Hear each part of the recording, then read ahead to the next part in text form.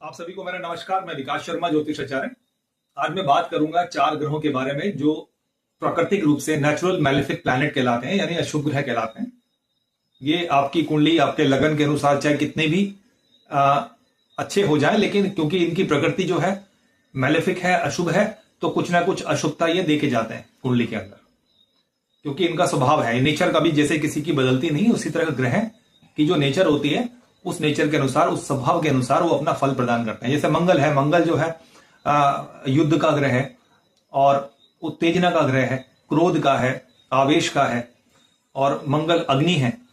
तो झगड़ा, झंझट, मार पिटाई, इस तरीके का आवेग का जो ग्रह है वो मंगल कहलाता है। उसी तरह जो शनि है, ये जो है हमारे जीवन में जितनी भी जो है संघर्ष होते हैं, जो स्ट्रगल करते हैं, जो मुसीबतें आती हैं, वो चाहे रोग के रूप में हो या हम किसी कानूनी पचड़े में पड़े हो, न्यायालय संबंधी किसी मामले के अंदर फंसे हो, बदनामी हो, या हमारे ऊपर कर्ज हो, ये सारी चीजें जो है शनि महाराज जो है प्रदान करने वाले हैं।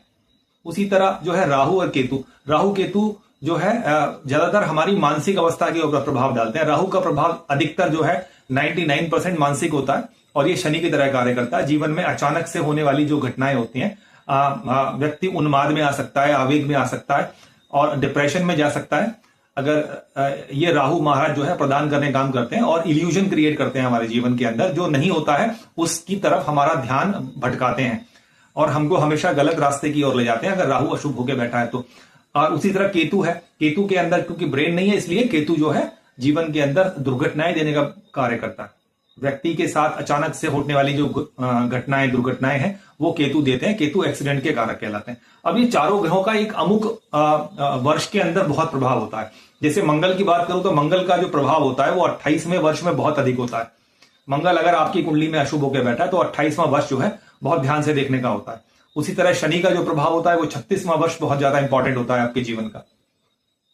अगर शनि शुभ नहीं है तो 36वां वर्ष जो है जीवन के अंदर बहुत मशक्कत, बहुत संघर्ष करवाएगा, या किसी प्रकार का रोग या अवसाद देने की कोशिश करेगा।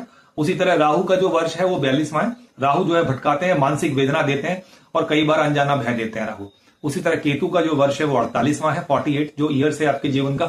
ये जीवन के इस वर्ष के अंदर अगर केतु अशुभ होकर बैठे हुए हैं तो कोई घटना, दुर्घटना देने की संभावना जो है बहुत ज्यादा बन जाती है। तो इन वर्षों के अंदर आपको सावधान होकर चलना है और ज्यादा से ज्यादा जो भी आपके इष्ट हैं, जो जिनका आप बचपन से ध्यान करते आ रहे हो, जो एक ईश्वर जिसका आप ध्यान करते हो, उसका आपको निरंतर ध्यान करते चलना है।